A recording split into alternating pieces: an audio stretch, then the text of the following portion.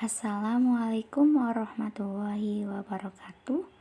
Selamat siang semuanya. Semoga dalam keadaan sehat walafiat ya. Perkenalkan, nama saya Wahyuni Oktaviani dari Prodi S1 Pendidikan Kimia Universitas Muhammadiyah Semarang. Di sini saya akan memaparkan mengenai biomolekul, menjelaskan kebesaran Allah sebagai tugas mata kuliah Al-Islam Kemuhammadiyahan 3. Biomolekul menjadi sangat penting dipelajari untuk dapat memahami peristiwa-peristiwa biokimia yang terjadi dalam tubuh makhluk hidup. Pengetahuan ini dapat diterapkan dalam segala hal yang berkaitan dengan fungsi-fungsi dalam makhluk hidup, seperti bidang kesehatan, pertanian, industri bioteknologi, dan sebagainya. Tubuh manusia tersusun dari miliaran sel hidup yang tersusun rumit namun terorganisasi dengan rapi. Sel-sel tersebut berkumpul dalam beberapa kelompok sesuai dengan fungsinya. Setiap aspek kehidupan yang muncul tergantung kepada sifat molekul kimia penyusun sel tersebut. Molekul-molekul inilah yang selanjutnya kita kenal sebagai biomolekul. Tidak hanya dalam tubuh manusia, biomolekul juga merupakan penyusun organisme hidup lainnya. Dalam Al-Quran surat Fussilat ayat 53, Allah Subhanahu wa Ta'ala berfirman, Bismillahirrahmanirrahim. Sanurihim ayatina fi afaqi wa fi anfusihim hatta yatabayyana lahum annahul haq.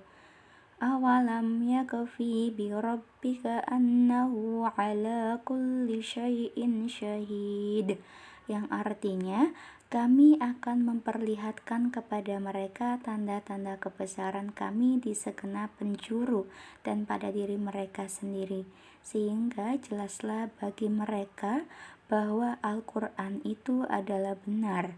Tidak cukupkah bagi kamu bahwa Tuhanmu menjadi saksi atas segala sesuatu? Jadi dalam ayat ini yang dimaksud dengan tanda-tanda kekuasaan Allah pada diri mereka sendiri adalah bentuk tubuhnya, organ-organ tubuh, dan segala sesuatu yang ada dalam diri manusia seperti yang dijelaskan dalam ilmu biologi. Keragaman jenis molekul ini disebabkan oleh peran atom karbon yang memiliki kemampuan membentuk 4 ikatan kovalen yang kuat dengan atom lainnya. Keistimewaan atom karbon tersebut menghasilkan jutaan senyawa-senyawa kimia yang mampu berinteraksi satu dengan lainnya dalam kaidah hukum fisika dan kimia yang menghasilkan fungsi hidup yang menakjubkan. Interaksi ini seakan membentuk suatu koreografi tarian kolosal biomolekul yang sangat rapi dan spektakuler, sehingga setiap manusia yang memahaminya akan terhanyut dalam perasaan yang mendalam bahwa sesungguhnya kita sangatlah kecil di hadapan Sang Maha Pencipta, Allah Azza wa Jalla.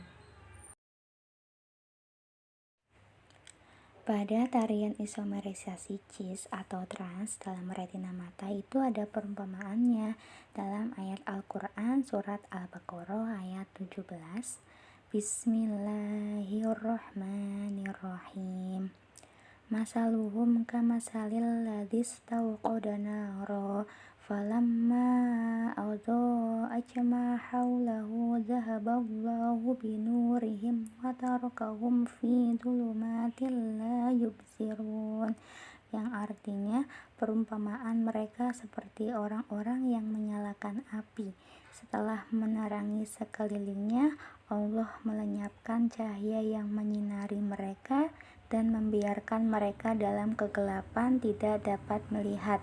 Jadi dalam ayat ini Allah memberikan perumpamaan tentang kondisi orang-orang munafik seperti halnya kondisi orang yang menyalakan api. Ketika api dinyalakan, maka cahayanya membuat terang sehingga terlihat.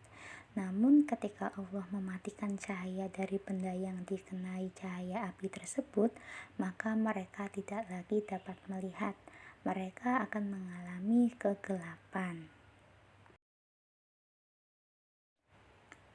Ayat ini Allah menyiratkan bahwa penglihatan tidak akan bekerja bila tidak ada cahaya yang sampai ke mata. Kemampuan melihat seseorang manusia dan beberapa hewan tak lepas dari koreografi sebuah konsep tarian biomolekul dengan gerakan-gerakan yang indah dan harmoni dalam retina mata.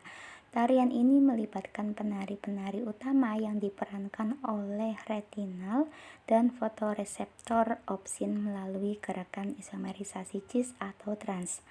Retina mata mengandung biomolekul senyawa turunan vitamin A yang dinamakan cis retinal. Pada saat biomolekul ini dikenai cahaya, sebuah foton dari cahaya tampak atau visible membawa sejumlah energi yang cukup untuk menyebabkan terjadinya perpindahan posisi cis retinal menjadi transretinal yang selanjutnya dikenal dengan tarian isomerisasi cis atau trans. Pada tarian ikatan hidrogen dan solvasi air melarutkan biomolekul lainnya, itu air meliputi kira-kira 70% berat bersih dari sel makhluk hidup dan merupakan komponen yang menentukan. Air merupakan senyawa yang berlimpah di dalam sistem hidup, yaitu sekitar 70% berat bersih sel, dan air merupakan biomolekul istimewa yang dianugerahkan oleh Allah kepada manusia dan makhluk hidup lainnya. Allah berfirman dalam surat Al-Anbiya ayat 30 tentang keistimewaan air. Bismillahirrahmanirrahim. Awalam yarul ladzina kafaru annas samawati wal ardu kanata ratqan fafataqnahuma waja'alna minal ma'i kulla syai'in hayy afala yu'minun, yang artinya, dan apakah orang-orang kafir tidak mengetahui bahwa langit dan bumi keduanya dahulunya menyatu, kemudian kami pisahkan di antara keduanya, dan kami jadikan segala sesuatu yang hidup berasal dari air, maka mengapa mereka tidak beriman? Bahwasanya air merupakan medium beberapa fungsi dalam makhluk hidup, diantaranya sebagai medium berlangsungnya transport nutrien, sebagai medium dalam reaksi enzimatis metabolisme, dan medium transfer energi kimia. Oleh karena itu, semua aspek struktur dan fungsi sel harus beradaptasi dengan sifat-sifat fisik dan kimia air.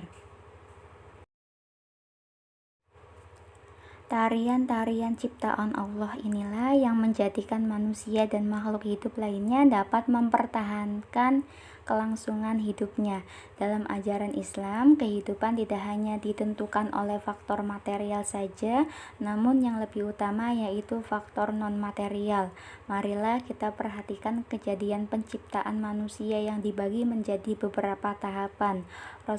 Rasulullah bersabda dalam sebuah hadis, sesungguhnya tiap kalian dikumpulkan ciptaannya dalam rahim ibunya selama 40 hari berupa nuftah, air mani yang kental, kemudian menjadi alaqah, segumpal darah selama itu juga, lalu menjadi mudghah, segumpal daging selama itu juga, kemudian diutus malaikat kepadanya untuk meniupkan ruh, dan dia diperintahkan untuk mencatat 4 kata yang telah ditentukan: rezekinya, ajalnya, amalnya, dan kesulitan atau kebahagiaannya.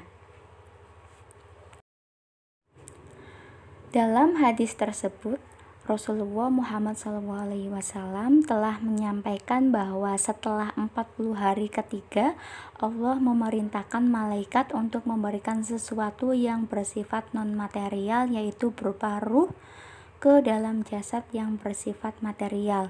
Maka barulah manusia dikatakan sebagai makhluk yang hidup, dan sejak itulah rezeki, ajal, amal, dan kesulitan atau kebahagiaan seseorang telah ditentukan.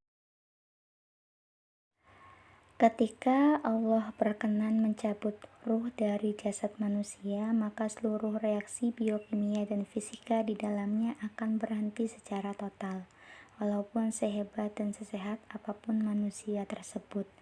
Allah Subhanahu wa Ta'ala berfirman dalam Quran Surat Ali Imran ayat 185 yang berbunyi, Bismillahirrahmanirrahim.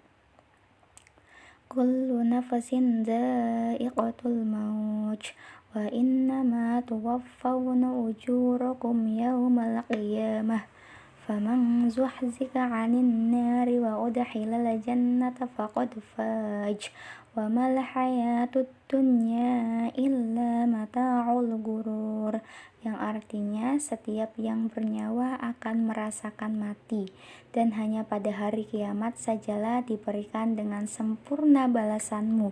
Barang siapa dijauhkan dari neraka dan dimasukkan ke dalam surga, sungguh dia memperoleh kemenangan.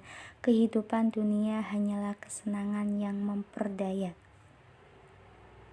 Makna dari ayat tersebut yaitu setiap makhluk yang bernyawa akan merasakan kematian. Pada hari kiamat nanti, tiap perbuatan yang dikerjakan makhluk ciptaannya selama di dunia akan diberikan pembalasan yang adil. Balasan dari perbuatan amal baik dan buruk tersebut berupa keputusan akhir di akhirat, yakni surga dan neraka. Mereka yang terpilih sebagai penghuni surga dan dijauhkan dari api neraka disebut sebagai manusia yang mendapat kemenangan dan kebahagiaan yang hakiki. Sekian yang dapat saya berikan. Apabila ada kesalahan dalam menyampaikan materi ini, mohon dimaafkan. Wabillahi taufiq wal hidayah. Wassalamualaikum warahmatullahi wabarakatuh.